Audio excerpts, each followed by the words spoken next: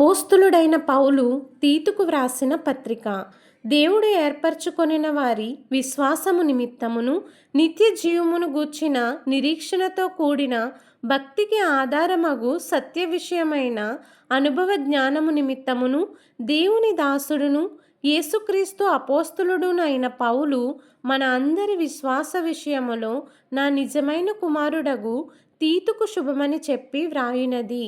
ఆ నిత్యజీవమును అబద్ధమాడనేరని దేవుడు అనాది కాలమందే వాగ్దానము చేసెను. కానీ ఇప్పుడు మన రక్షకుడైన దేవుని ఆజ్ఞ ప్రకారము నాకు అప్పగింపబడిన సువార్త ప్రకటన వలన తన వాక్యమును యుక్త కాలములయందు బయలుపరిచెను.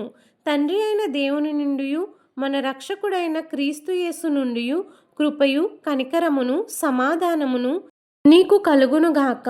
నేను నీకు ఆజ్ఞాపించిన ప్రకారము నీవు లోపముగా ఉన్న వాటిని దిద్ది ప్రతి పట్టణములోను పెద్దలను నియమించు నిమిత్తమే నేను క్రేతులో నిన్ను విడిచి వచ్చి తిని.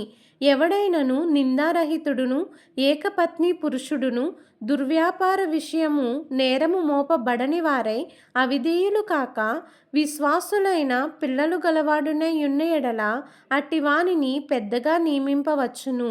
ఎందుకనగా అధ్యక్షుడు దేవుని గృహ నిర్వాహకుని వలె నిందారహితుడై ఉండవలెను.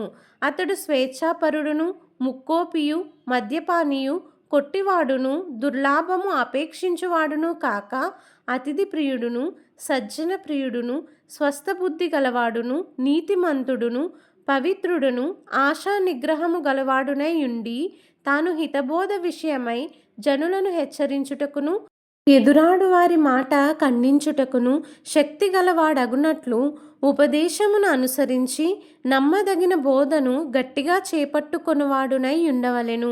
అనేకులు విశేషముగా సున్నతి సంబంధులను అవిధేయులను వదరుబోతులను మోసపుచ్చువారునై ఉన్నారు. వారి నోళ్ళు మూయింపవలెను.